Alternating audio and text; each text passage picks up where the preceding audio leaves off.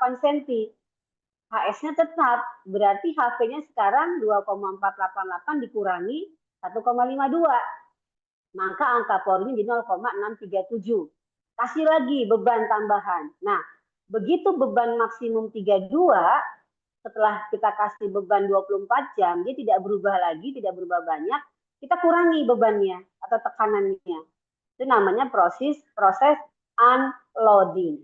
Ya, ternyata dari 2,1 mengembang dia, swell. Nah, jadi kalau habis ditekan tanah, tekan, terus kita kurangin, ternyata tanah kita daya bacaannya itu tidak berturun, mengembang naik. Dilihat dari daya penurunan, daya dari bacaan dayanya itu, ya. Nah, ternyata naik. Nah, kalau kita lihat angka porinya bertambah besar setelah loading. Tanah ini berarti habis dibebani dia tidak diem. Begitu bebannya dikurangi, dia berubah tingginya naik. Dikurangin lagi, berubah lagi. Nah, ini untuk menggambarkan proses unloading. Jadi mula-mula tekanannya tadi 32, sekarang menjadi 16, menjadi 8, menjadi 4 misalnya, sesuai dengan data kita. Nah, jadi ini grafiknya untuk compression, loading, beban, kan beban 5 kilo dibagi luas dapat ini 10 kilo, sekian, tegangannya. Nah, ini kita, grafik yang proses unloading tadi, itu adalah parameternya CS, swelling compression, swelling index swellingnya ya. Jadi di sini mendapatkannya adalah seperti ini. CC-nya selisih angka pori dengan tegangan, CS-nya selisih angka pori dengan tegangan, tetapi untuk grafik yang di sini. Nah, jadi dapat CC dengan C. Tapi kadang-kadang di laboratorium itu kita nggak sampai unloading, sampai loading saja, selesai. Nah, CS-nya gimana? Kemarin sudah saya sampaikan, kalau nggak punya data CS hasil lab, ambillah CS 1/5 sampai 1/10 cc, boleh. Nah, itu. Itu Nur ya, paham? Gimana Nur? Ada pertanyaan? Nur, sudah terjawab atau masih kurang jelas? Sudah paham, Bu. Ya, oke. Jadi gitu ya. Oke, ada lagi? Nah, ini kalau saudara nanti semester 4 lab uji tanah, kita kasih konsolidasi. Jadi saudara langsung menguji, saudara baca terus penurunannya, sehingga nanti ketemu yang seperti tadi itu, tabelnya ya, dan seperti ini. Nah, ini sudah kita analisis, karena kita membutuhkan data angka pori. Ya, seperti itu. Oke? Ada lagi yang bertanya? Bu, ya. Boleh tolong jelasin ulang lagi nggak Bu yang Flownet Bu? Saya agak masih kurang paham Bu yang tadi Flownet. Yang mana? Flownet? Itu materi itu dong, rembesan, bukan konsolidasi. Iya Bu. Ya, bentar. Oke, makasih Bu. Ya, bentar ya ini ya.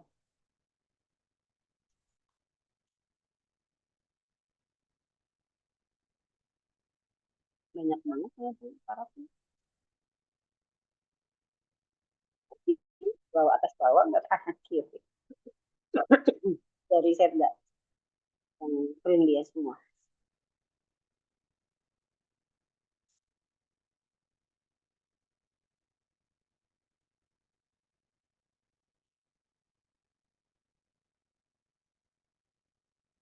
Mau ke Kanada, warga negara. Tadi kan undangan dari delegasi Kanada.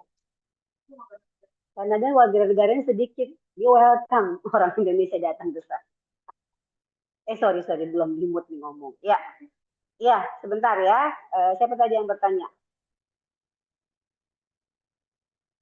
Tentang Flownet. Ya. Iya Bu. Oke, saya ambil mappingnya dulu. Flownet berarti itu di rembesan ya. Oke.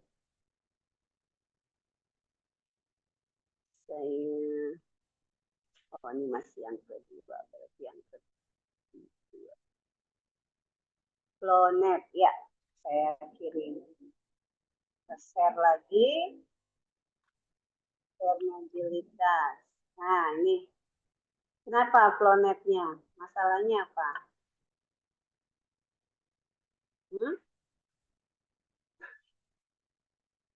Di mana flownetnya yang jadi masalah, jadi pertanyaan? Nah, ini ya, nanti dibuka lagi materinya ya. Jadi flownet itu adalah, kalau kita lihat, adanya garis-garis ekipotensial, ini garis-garis ekipotensial, dan garis aliran.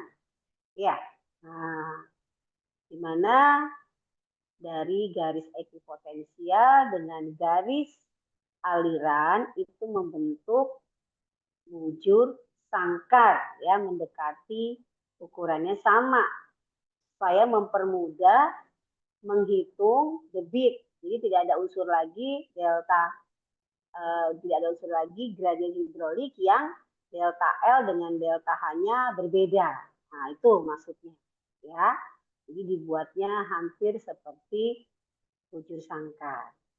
Nah, di bawah turap kita atau di bawah dasar sungai, ya, itu kalau kita pasang turap antara air di hulu dengan di hilir, dan di sini adalah sampel tanah atau tanah yang mudah ditembus oleh air, dilalui oleh air, maka kita bisa membentuk flownet, jaringan di sini ya, jaringan arus.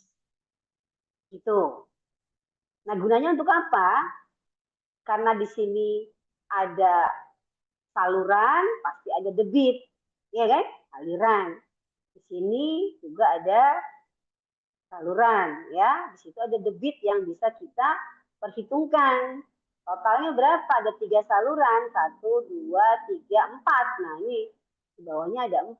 Itu namanya NF, ya. Nah, kemudian ND-nya. Nah, ND-nya di sini bidang bagi antara satu garis ekipotensial dengan garis ekipotensial lainnya. Ya, jadi 1, 2, 3, 4, 5, 6. Ini NF. Nah, jumlah-jumlah ini untuk menghitung debit. Iya kan? Jadi kalau turunannya itu, nah ini contohnya satu saluran. Ya, misalnya kita ambil yang di sini kah, yang di sini sembarang ya. Itu kalau kita lihat ya, di sini ada panjang ya, garis ekipotensial 1 ke garis ekipotensial 2 itu akan menimbulkan selisih tekanan kan? Ya, kalau kita pasang piezometer di sini dengan di sini itu akan terjadi kehilangan tinggi tekanan, yaitu H1 per H2 sepanjang L1. Ini salurannya dari garis ekipotensial 1 ke ekipotensial 2, L-nya di sini, ya. Nah, itu. Jadi inilah yang dinamakan gradien hidrolik. Kehilangan tekanan dari satu garis ekipotensial ke garis ekipotensial berikutnya sepanjang sampelnya adalah L1. Nah, rumus awalnya adalah bahwa debit koefisien permeabilitas dikali I dikali luas. Nah, ini luasnya berapa? Dimensinya D1 kali 1 meter tegak lurus gambar. Itu luasnya, 1 meternya nggak dimasukin. Gitu loh. Ya. Nah, karena di sini B dengan L itu kalau kita bagi, misalnya H1-nya keluar dengan H2, B1 per L1, ini kalau bentuknya tidak segi 4, ada nilainya. Makanya dibuatlah segi 4 atau bujur sangkar supaya nanti antara B dengan L itu nilainya 1 sehingga hanya keluar K kali H, ya kan? Ini kalau N-nya tidak sama dimensinya. Contohnya di sini, panjang L1 sama B1 beda. Ya. Tapi kalau kita buat segi 4, ini hampir sama. Jadi menghilangkan, makanya N-nya tidak ada. Kalau B1-nya tidak sama dengan L1, maka ada nilai N. Begitu. Ya, tapi kalau N-nya ini sama, berarti N-nya kan tidak ada nilainya. Karena sama, atas bawah. Misalnya L-nya 1 meter atau 20 cm, B-nya juga 20. Kan berarti 20 per 20, 0,2 kan N-nya kan 1 kan? Jadi N-nya tidak dimasukkan. Jadi mencari debit cukup K kali H. Ya, ini total saluran tadi, ini total bidang antara garis ekipotensial. Seperti itu. Jadi N-nya kita abaikan. Jadi rumusnya tinggal ini ya.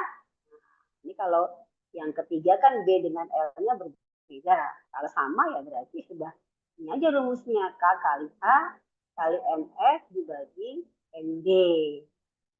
Kalau nanti NF-nya berapa?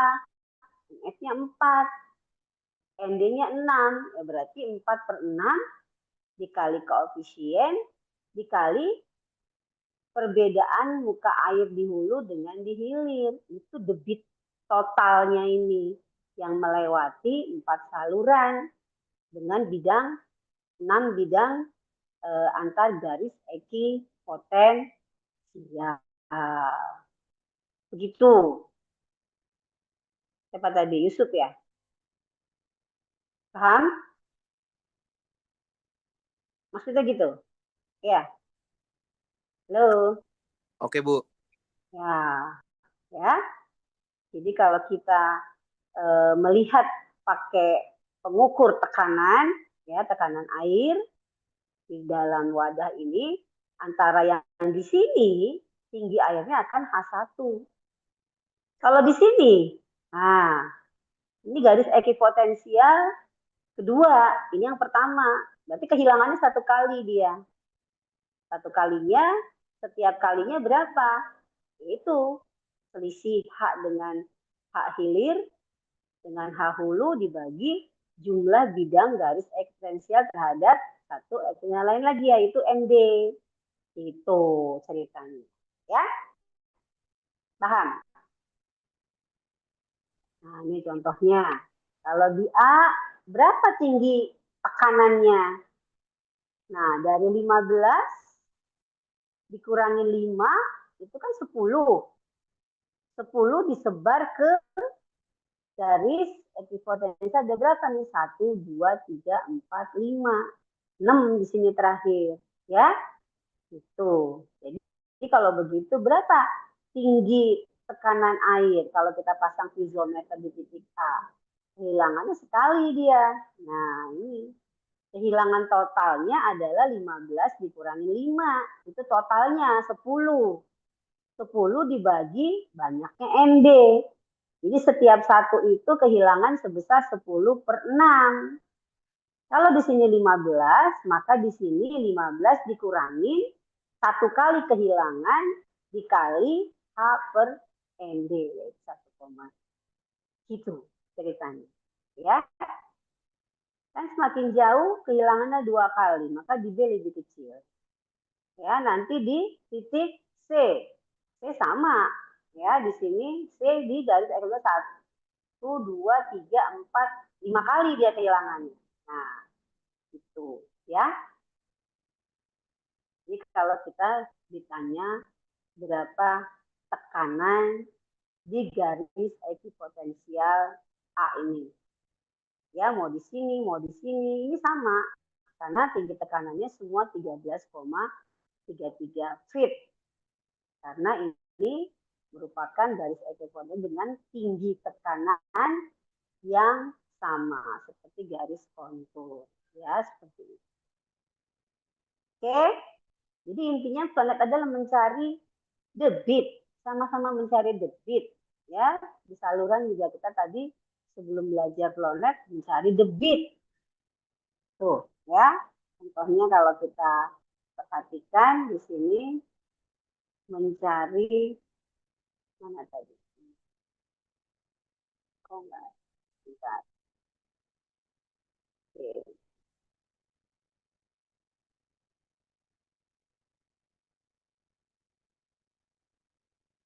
Kok bisa hilang ya?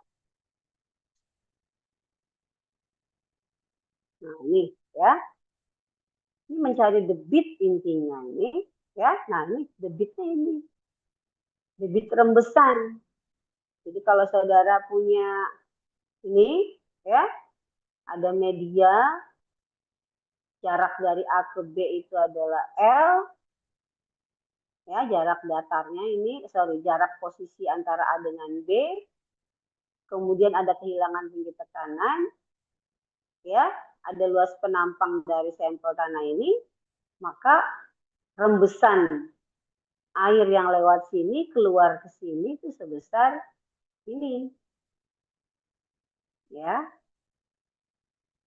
K kali I kali A, sama dengan flownet tadi, di mana I-nya adalah selisih tekanan dari satu garis ekipotensial ke garis ekipotensial berikutnya, ya kan?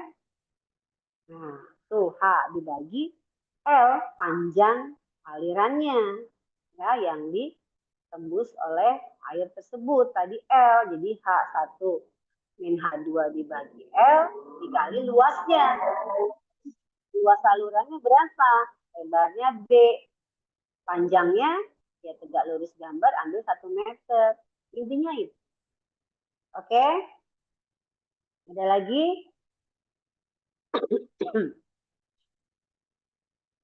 Silakan.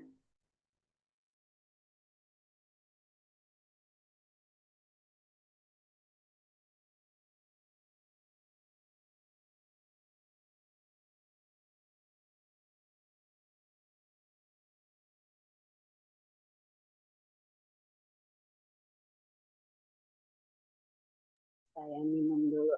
Si batuknya belum hilang. Gimana? 2KS1 udah gabung? Ada pertanyaan?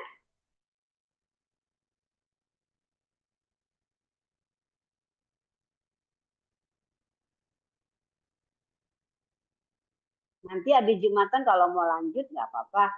Ibu rapat senatnya jam 2, jadi masih ada waktu. Jam 1 sampai jam 2 kalau memang masih ada yang mau ditanyakan. Ada lagi?